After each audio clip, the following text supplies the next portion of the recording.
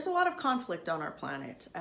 You know, if you live in Canada, you're living in a very good country. We're all really blessed to be here. And one of the debates that we often have as parliamentarians, and we should have, is what role should Canada play in terms of how the world or our country is addressing some of this global suffering. That's a big question that devolves into a bunch of different policy debates. But the one thing that I talk to you regularly about in my role as Shadow Minister for Immigration and Citizenship in Canada is how should Canada's immigration policies react to some of these global crises? Now, some of you have watched the work that I've done with regard to the Yazidi genocide. That stemmed from, for me, and I certainly think my party, a long-standing agreement that Canada's humanitarian immigration should be focused on assisting the world's most vulnerable. And you know, there are different ways and policy options that Canada can intervene in times of crisis. You know, Canada's a long history of, you know, international aid and development. We can always have discussions on how we provide assistance internationally at what levels and for what outcomes and to who. And certainly discussions around military intervention fall into this category as well. When there is conflict, what should Canada's role be in that conflict, if any, and to what extent? These are the debates that we have in Parliament. But going back to the topic of immigration, I really strongly believe that Canada needs to refocus on helping the world's most vulnerable. It shouldn't have taken me a year to get a motion through Parliament to assist women of an ethnic minority who had been sold into slavery at the hands of ISIS. That should have been a no-brainer. And what increasingly I'm concerned about is that Canada is losing its capacity to help the world's most vulnerable, which is why I've been coming to you with concerns about what's happening at the Lacolle border crossing in Quebec. We're seeing tens of thousands of people illegally enter Canada and then claim asylum or humanitarian protection after having already reached the United States. And I mean, regardless of your feelings about the American administration, nobody can deny that the United States is a very safe country to reach. In fact, many people from around the world try to go to the United States to seek safety.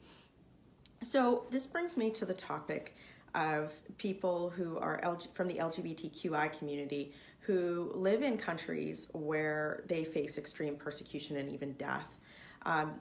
For example, let's say the Iranian regime.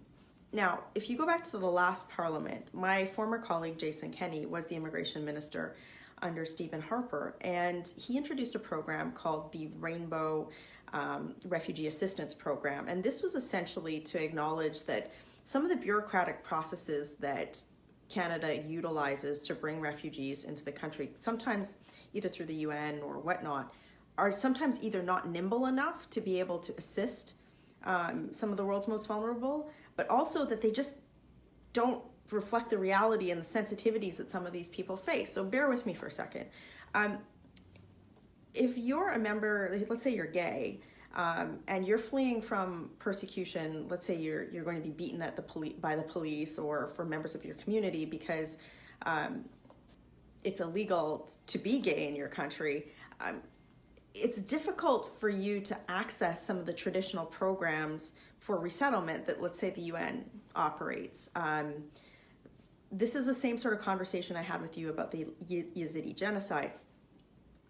This is why Jason Kenney put in place that program. It was designed to say Canada should be looking at the world's most vulnerable, people that get beaten for who they are, and that those people should be at the foremost, at the front of Canada's humanitarian assistance policies. So I feel very strongly about this. I think that if we are, and we should, have a compassionate immigration system, then we need to be focusing on the world's most vulnerable, which is why, after watching this government spend hundreds of millions of dollars on the illegal border crossing issue at Quebec, I mean, like, they're building a refugee camp at the US-Canada border, they're paying governments, provincial governments, hundreds of millions of dollars for housing and welfare and healthcare and processing work permits, that surely this government should be doing something for LGBTQ refugees in countries like Iran. Now, the data that I have shows that the number of LGBTQI refugees from these countries has actually dropped under the Trudeau government, and they refused to make the program that we started a priority. Watch the Minister of Immigration when I ask him in a long questioning period about some of the priorities decisions that he's made for our immigration system, particularly in this regard. Have a look.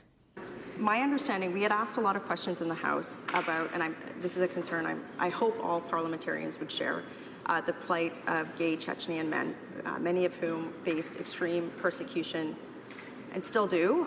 Many were placed in concentration camps on the basis of their sexuality. I think everyone would condemn that action in this House.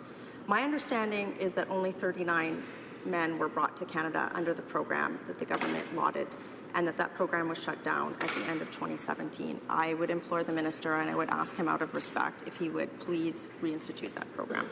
The Honourable Minister of Immigration. Mr. Chair, the fact of the matter is our government has been steadfast in promoting the rights of the LGBTQ2 community, both domestically and abroad. And that extends into our refugee program. We've worked very closely with the UNHCR and private sponsors to prioritize LGBTQ2 refugees. We've extended funding to the Rainbow Refugee Society. Promotion of LGBTQ2 community rights, both in Canada and abroad, is and will remain a priority for our government. Full member for Calgary Nose Hill. I didn't hear an extension of that program for gay Chechnyan men. And so I'll give the minister another opportunity to respond. But first, he just said that his government has a commitment to LGBTQI refugees. That's a passion that I share too. I think that they are among the world's most vulnerable people, and they should be prioritized for resettlement to Canada. My understanding is that the minister has not yet committed to making the Rainbow Wrap program, which has been highly successful, and I want to commend the work of many outreach groups in Canada that have worked so hard to make this program a success. My understanding is that the minister is not committed to making this a regular program with regular funding, but he is committing hundreds of millions of dollars to deal with the crisis at Roxham Road. To me, this is mishmash priorities, and I'm wondering if the minister will commit to making the Rainbow Wrap program an ongoing, regularly funded program within his ministry. The Honourable Minister of Immigration. Mr. Chair, a promotion of LGBTQ2 rights both in Canada and abroad is a top priority for our government. We have raised issues with respect to the rights of LGBTQ2 individuals all over the world. With respect to the private sponsorship of refugees, we have privately sponsored LGBTQ2 refugees to Canada under the Rainbow Refugee Assistance Program. The department provides up to $50,000 a year in support to this program. We have recently announced and have extended this agreement for the next 2 years, and this shows that we remain committed to this wonderful program that allows LGBTQ2 refugees to be resettled in Canada. We work very closely with the UNHCR to identify the most vulnerable people, including members of the LGBTQ2 community. Got about 2 minutes left. The Honourable Member for Calgary Nose Hill. The figure that the minister just used was $50,000. So he just touted $50,000 for LGBTQI refugees. The minister spent $149 million to the government of Quebec to deal with the Roxham Road crisis. He allocated $179 million in this budget to deal with the processing of paperwork of people who are coming from the United States of America, which is a safe country, illegally into Canada to claim asylum, and he just touted $50,000 for LGBTQI refugees. And he didn't do two things. He didn't say that he would extend the program that he canceled in 2017 for gay Chechnyan men who have been in concentration camps, and he didn't say that he would make the Rainbow Wrap program, which, comparatively speaking to the billions of dollars that this government is throwing at the border instead of closing the loophole in the Safe Third Country Agreement, he didn't commit to that either. It's a question of priorities. Canada should have a compassionate, fair immigration system. We should welcome refugees. We should ensure that that is done in a planned, orderly fashion so that we are supporting the world's most vulnerable. I can't stand here in good conscience and say that spending hundreds of millions of dollars, if not billions of dollars, to facilitate an issue where we've got people who have reached the United States of America and are illegally entering this country to claim asylum, causing backlogs in the IRB, causing backlogs at homeless shelters in Toronto, where we're now talking about shifting people and diverting people from one way to the other. That's not planned or orderly, and it's not compassionate. And when the minister stands up here and says $50,000 for a program to save people who legitimately are being tortured for their sexuality, he can stand up and talk about all of these platitudes. But when the rubber hits the road on prioritizing allocation of funding for the world's most vulnerable, this government continues to fail. And it's a serious problem because Canada should be looked at as a world leader in these issues. So, Mr. Speaker, I just hope anybody listening tonight will understand that this is a failure and a broken system. $50,000, hundreds of millions of dollars, to ignore a program that could be solved through smart legislation. I want to say I give up, but for the people of Canada, we're going to keep fighting for that. The time has expired, but I want to give the Honourable Minister equal time to respond. The Honourable Minister of Immigration. Mr. Chair, the fact of the matter is that we have doubled the number of resettled refugees to Canada. We have quadrupled the number of privately sponsored refugees. The $50,000 refers to one funding stream to one particular organization that facilitates the private sponsorship of LGBTQ2 refugees. But the fact of the matter is the member opposite talks about compassion. I wonder where her compassion was when she sat at the cabinet table when the Harper Conservatives cut refugee health care to the most vulnerable people in the world, women, pregnant women, victims of torture. LGBTQ2 refugees had to go without refugee health care because of the decisions made by the Harper Conservatives. Where was the member opposite then? She sat at the cabinet table. Where was she when the Harper Conservatives took in an unlimited number of applications but had very limited output in the privately sponsored program, 4,500 spots per year? We have quadrupled that number to 17,000 this year. We have created extra spots for vulnerable women and girls. We have made sure that our privately refugee program processing time has come down by 25 months. We've made sure that the IRB has the necessary resources to make sure that refugee claims are heard fairly and in a fast manner so that legitimate refugees can move on with their lives, and those who are deemed not to need Canada's protection can be promptly removed. That is our record, Mr. Chair, and I would compare that record against the Harper Conservative record any day. So I don't know if you caught that or not, but basically what the minister told me was they're perfectly content telling Canadian veterans that they're asking more than we can give. They're perfectly content raising huge deficits. They're perfectly content spending hundreds of millions of dollars in that context on people who are legally entering the country from the United States of America and then subsequently claiming asylum, but that they spent a grand total of $50,000 on protecting some of the world's most vulnerable people. Now, I am a conservative. I don't think that funding in and of itself is a metric. That said, the minister's answer, especially in context of what they're actually spending money on, I think really belies the priorities of this government. And that's a problem that I have. So the fact that they will, spend, without batting an eye and brag about it, $200 million just to process work permits, let's say, for people who are legally crossing the border into Canada, but then allocate that level of funding for some of the world's most vulnerable, really shows to me both the misplaced priorities and, to a certain extent, the hypocrisy of the Liberal government. I want you to watch this next clip. I asked the immigration minister point blank, and it's Pride Month right now, if they would make this small funding program permanent so that civil society groups in Canada who are working to bring these very vulnerable, persecuted people to Canada would have some stable funding. Watch his answer. Last week in Uganda, I met many LGBTI refugees. They told me about the incredible discrimination and persecution they faced, even from the UNHCR.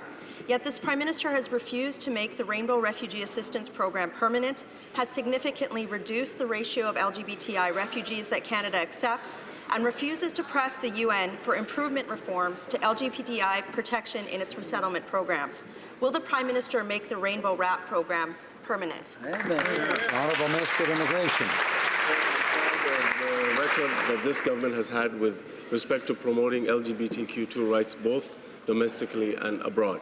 We work with the UNHCR and private sponsors to identify the most vulnerable refugees, including members of the LGBTQ2 community. We've funded the Rainbow Refugee Society for 2 years.